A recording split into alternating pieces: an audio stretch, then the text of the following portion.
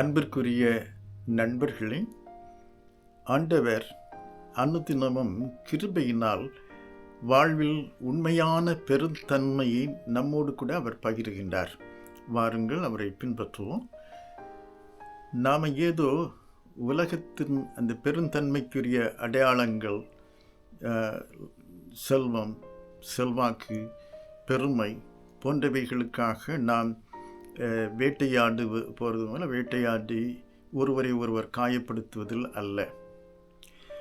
அதுபோல் உலகத்தில் நாம் சிங்காசனங்களை நாடி தேடி நம்முடைய நேரத்தையும் ஆற்றலையும் இழப்பதிலும் அல்ல. ஆண்டவர் கிருபையினால் நம்மை மீட்கின்றார், பாவத்திலிருந்து மீட்டு பரிசுத்தப்படுத்துகின்றார். அந்த பரிசுத்தத்தை, பாவ மன்னிப்பை பெற்றுக்கொள்வதில் நம் பெருந்தன்மை உலகில் விளங்குகிறது. தொடர்ந்து அவருடைய அன்பு கூட்டுறவுக்குள் நிலைத்து நின்று வளர்ந்து ஆண்டவர் நம்மோடு பகிர்கின்ற பிதாவின் சித்தம் அறிகின்ற ஒரு வாஞ்சை, அதற்குரிய அர்ப்பணம், தியாகம், இவைகளை கொண்டு ஆண்டவர் கொடுக்கின்ற அழைப்புகளில் நின்று சேவை செய்வதில் தான் பெருந்தன்மை விளங்குகிறது. அந்த பெருந்தன்மையோடு நாம் ஆண்டவரை மகிமைப்படுத்தும் வாழ்வு மலர்கிறது அல்லவா? மார்க்கு சுவிசேஷத்தில் 10வது அதிகாரத்தின் 32 45 வரை இருக்கின்ற அந்த பகுதியில் ஆண்டவர் எருசலேமுக்கு நேராக பயணமாகின்றார். ஆனால் இந்த தடவை சீடர்கள் துக்கமடைகிறாங்க, கலக்கத்தோடும் பயத்தோடும் அவரை பின்பற்றுறாங்க. எருசலேமில் நடக்கப் போகிறது சற்று அவர்களுடைய உள்ளத்தில் அழுத்துகிறது, தெரிய வருகிறது. ஆண்டவர் அவர்களை பார்த்து, சீடர்களை பார்த்து சொல்லுவார், எருசலேமில் என்ன நடக்கப் போகிறது என்று சொல்வார். நாம் போகிறோம், பிதாவின் திட்டத்திற்குள்ளால் நாம் அவரை பின்தொடர்ந்து போகின்றோம். ஆனால் நம்முடைய சமய தலைவர்கள், வேதபாரகர்களும் பிரதான ஆசாரியர்களும் எதிர்த்து என்னை ஆக்கினை தீர்ப்புக்கு, மரணத்திற்கென்று தீர்மானித்து வெளிநாட்டவர் கரத்தில் அதற்கென்று ஒப்பு கொடுப்பார்கள். அவர்களும் என்னை நிந்திப்பார்கள், அவமானப்படுத்துவாங்க, உமிழ்நீரை கொட்டுவார்கள், துப்புவாங்க. அதுபோல் வாரினால் அடித்து கொலை செய்து விடுவார்கள். ஆனால் 3வது நாளில் நான் மீண்டும் மரணத்தை வென்று உயிர்த்தெழுவேன் என்று சொன்னார். சொல்லிக்கொண்டே போகிறார். நடந்து போகும் பொழுதே இந்த சீடர்கள் அவங்க தங்களுக்குள்ளால் உரையாடுகிறார்கள். ஆனால் மீண்டும் ஆண்டவர் கவனிக்கின்றார். அவங்க போட்டி மனப்பான்மையோடு பேசுகிறாங்க. யார் கட்டுப்பாட்டுக்குள்ளால் இருக்கிறாங்க நம்முடைய வாழ்வை குறித்து, யாரால் நாம் கவனிக்கப்பட வேண்டும், அது நம்மளை யார் பொறுப்பில் வருவது, பதவியில் வருவதுங்கிற மாதிரி பேசி கொண்டிருக்கிறாங்க. அப்போ திடீரென்று அப்போது யாக்கோபு யோவானும் இயேசுசாமி பக்கத்தில் வந்து, நாங்கள் ஒன்றை இடத்துல விரும்புகிறோம், உம்முடைய அந்த மகிமையில் வரும் பொழுது, ஒரு வேளை மரணம் என்றாலும் அதை சந்தித்து மகிமையில் வரும்போது கூட வலது பாரிசத்தில் இடது பாரிசத்தில் இருப்பது யார்? அப்போ ஆண்டவர் சொல்கின்றார், நீங்கள் இந்த மற்ற உலக வழக்கத்தின்படி அதிகாரத்தை எடுத்து அந்த அதிகாரத்தை பிறர் உணரும்படி செய்து அதிகாரத்தை செலுத்தி பணி கொள்வதில் அல்ல, பணி செய்வதிலும், அந்த பணி செய்கிறதில் வாழ்வை வழங்குவதிலும் தான் நாம் அழைக்கப்பட்டிருக்கின்றோம். அதற்கென்றே மனுஷகுமாரன் சொல்கிறார், உங்களில் யார் முதன்மையாக இருக்கணுமோ அவங்க எல்லாருக்கும் சேவை செய்கிறவர்களாக, அன்போடு ஆண்டவர் அருள்கின்ற முக மலர்ச்சியோடு நம்பிக்கையோடு சேவை செய்ய முந்திக் கொள்ளுங்கள் என்று சொல்வார். அப்போது அவர்களுக்கு முதலாவது தெரியவில்லை. ஆனால் மரணத்திற்கு பிறகு, இயேசுசாமி மரணம், அதை தொடர்ந்த உயிர்த்தெழுதலுக்கு பிறகு ஆண்டவர் என்ன செய்கிறார், பெருந்தன்மையை எப்படி வாழ்வில் கொடுக்கிறார் என்பதை அதிகமாய் புரிந்து கொள்கிறார்கள். எபிரேயருக்கு எழுதின நிருபத்தில் 9வது அதிகாரத்தின் அதனுடைய அந்த 11 வரக்கூடிய 11 முதல் 15 வரக்கூடிய பகுதியில் அது கொஞ்சம் கூட தெளிவாக ஆண்டவருடைய கிருபையினால் அவர்கள் உணர்ந்து எழுதியிருக்கிறார்கள். 10வது 11வது வாக்கியங்களில் எபிரேயர் 9வது அதிகாரத்தில் அவர் என்றென்றைக்கும் உரிய பிரதான ஆசாரியராய் நேர்மை பெருந்தன்மையோடு கூட உள்ள கூடாரத்தில் பிரவேசித்தார்.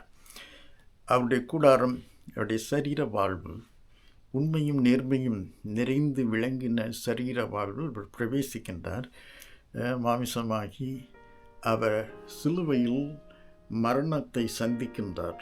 எதிர் சூழ்நிலைகள் எல்லாத்தையும் அதனுடைய இறுதி சத்துரு அல்லது எதிர் சூழ்நிலையாகிய மரணத்தை சந்தித்து நமக்கு அவைகளிலிருந்து விடுதலையை உருவாக்கி இருக்கிறார். தொடர்ந்து 15வது வசனத்தில் சொல்லுவார், அந்த பழைய உடன்படிக்கை, இந்த சீனாய் மலையில் செய்யப்பட்ட உடன்படிக்கையை ஆண்டவரோடு கூட உள்ள கூட்டுறவை மீறின பொழுது தொடர்ந்து அக்கிரமங்களை செய்தார்களே, அத்தனை பாவங்களையும் இந்த கல்வாரி சிலுவையிலே ஆண்டவர் மரணத்தை சந்தித்து அவர் முறியடித்திருக்கிறார். மனிதர்களுடைய அக்கிரமங்களை அவர் சுமந்தார். அவைகளுக்குரிய தண்டனை அல்லது பலனை, நீதியை அவர் ஏற்றுக்கொண்டார். அதனால் நமக்கு விடுதலையை, முழுமையான விடுதலையை கொடுத்திருக்கிறார். அவர் முக்காலத்திற்கும் உரிய விடுதலையை கொடுத்திருக்கின்றார். அதனால் நம்முடைய உள்ளங்களை, மனசாட்சியை தூய்மையாக்குகின்றார். எது உண்மை, எது சரி, ஏது வாழ்வழிக்கும் என்கிறதை, பொய்யிலிருந்து எது தப்போ எது வாழ்வை அளிக்கிறதோ அவைகளை வேறுபடுத்தி தெரிந்து கொள்வதற்காக ஒரு தூய்மை ஆக்குகிறார் மனசாட்சியில் நின்று. இந்த கிருபை, இதை பெற்றுக்கொள்வதில் தான் பெருந்தன்மை விளங்குகிறது என்பதை புரிய வைக்கிறார்.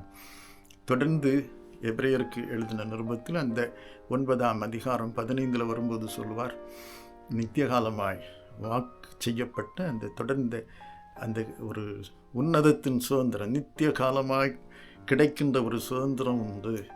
அந்த சுதந்திரத்தை பெற்றுத்தரும்படியாய் ஆண்டவர் நடுவராய் நிற்கின்றார் என்று சொல்கிறார். என்ன அந்த சுதந்திரம்? உலகத்திலே நீ பூமியின் வம்சங்களுக்கெல்லாம் ஆசீர்வாதமாக இருப்பதும், பூமியின் வம்சங்களை எல்லாம் ஆசீர்வாதத்தின் வாய்க்கால்களாக மாற்றம் செய்வதும் தான் அந்த சுதந்திரம். அதை ஆண்டவர் தலையாக நின்று இப்பொழுது சிலுவையிலே சந்தித்து உருவாக்கி நமக்கு தந்திருக்கின்றார். அந்த சிலுவை பாதையிலே தான் நீங்கள் என்னுடைய வாழ்விலும் பொறுப்புகளிலும் பங்கெடுக்கிறீர்கள் என்று சொல்லியே வழி நடத்துகின்றார். ஆண்டவர் நமக்குள் ஒரு நம்முடைய வாழ்க்கையில் ஒரு வாழ்வளிக்கின்ற விதையாய் விதைக்கப்பட்டிருக்கிறார். அவர் நம்முடைய வாழ்விலே முளைத்து எழுந்து நம்மை தொடர்ந்து அந்த வாழ்வளிக்கின்ற பலன் கொடுக்கின்ற பொறுப்பாளர்களாக, வாழ்வின் பங்காளிகளாக, நிலையான வாழ்வின் பங்காளிகளாய் ஆக்குவதனால நமக்குள்ளாலே பிதாவின் நம்மை படைத்து பராமரிக்கின்ற ஆண்டவர் பெற்றோர், அந்த பெற்றோராக இருக்கின்ற ஆண்டவருடைய நம் பேரில் கொண்டிருக்கின்ற குறிக்கோளை அறிந்து கொள்வதில் ஒரு ஆர்வம் வேண்டும். அதை நிறைவேற்றுவதற்கென்ற அர்ப்பணம், முழுமையான அர்ப்பணம் வேண்டும். தொடர்ந்து அவர் நமக்கென்று தொடங்கி இருக்கின்ற பணி செய்து பணியில் வாழ்வை பகிர்கின்ற அந்த தியாகத்தில் துன்பம் நெருக்கங்களை சந்தித்து முன்னே கடந்து சென்று வாழ்வை பெற்று பகிர்வதிலே நாம் கடந்து வர வேண்டும் என்று ஆண்டவர் நமக்கு அழைக்கிறார். அந்த முன்னாலேயே அவர் வாக்கு செய்திருக்கின்ற நித்திய காலத்திற்குரிய சுதந்திரத்தை நமக்கு பெற்று தருகின்றார். ஹல்லேலூயா, ஹல்லேலூயா. ஆண்டவருக்கே நாம் மகிமை செலுத்துவோம். அந்த பெற்றுக்கொள்கிற தூய மனசாட்சி அல்லது அந்த தொடர்ந்த ஆண்டவர் தருகின்ற உன்னதத்தின் அந்த நித்தியமான சுதந்திரமாகிய பொறுப்பில் கிடைக்கின்ற வரங்கள், வல்லமையை அனுதின வாழ்வில் ஆண்டவர் கண்டிப்பாக நம்மில் வெளிப்படுத்தி கொண்டிருக்கின்றார். இரவிலே கண்ணையராது பிள்ளைகளை பாதுகாப்பது, இல்லை என்றால் அங்கீகாரம் இல்லாமல் அலைகிறவர்களுக்கு ஒரு அன்பின் கரத்தை கொடுத்து அவர்களை முன்னுக்கு கொண்டு வருவது. நாம் ஏதோ போட்டி போட்டு ஒரு தவறான சுவர்கள் சார்த்தப்பட்டிருக்கின்ற ஏணியில் பதவி அந்தஸ்து என்று ஏறி தடுமாறுவதில் அல்ல, கீழே இறங்கி வந்து பிறரோடு கரம் கொடுத்து நிற்கின்ற எந்த பொறுப்பிலும் ஆண்டவர் நம்முடைய உள்ளத்தில் வாழ்வில் தம்முடைய உண்மையான நேர்மையை, அந்த பெருந்தன்மையை வெளிப்படுத்தி கொண்டே இருக்கின்றார். ஜெபம் செய்வோம். கிருபை நிறைந்த ஆண்டவரே, கிருபையினால் நாங்கள் உம்மோடு கூட தொடர்பு கொள்ளவும் உம்முடைய பெருந்தன்மையை பெற்றுக்கொள்ளவும் எங்களுடைய வாழ்வு பாதையில் நீர் கடந்து வந்து எங்களுக்கு முன்னால் தைரியமாக எங்களை அழைத்து செல்வதற்காக நன்றி.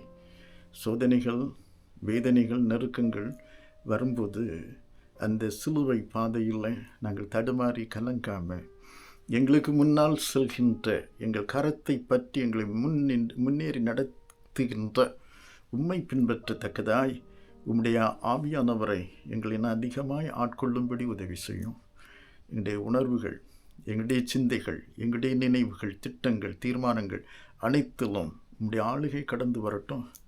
உம்முடைய நிலையான ஆளுகையிலே பங்கெடுத்து அந்த ஆளுகைக்குள் கிடைக்கின்ற நித்திய சுதந்திரங்களை, தியாகம் நிறைந்த அன்பு, அழைப்போடு கூட சேவை புரிதல், தருகின்ற வாழ்வின் எல்லா பகுதியிலும் கடந்து சென்று அனுதினமும் உம்மை பின்பற்றி செய்கிற சேவைகளில் எங்களை நீ தொடர்ந்து வழி நடத்தும்.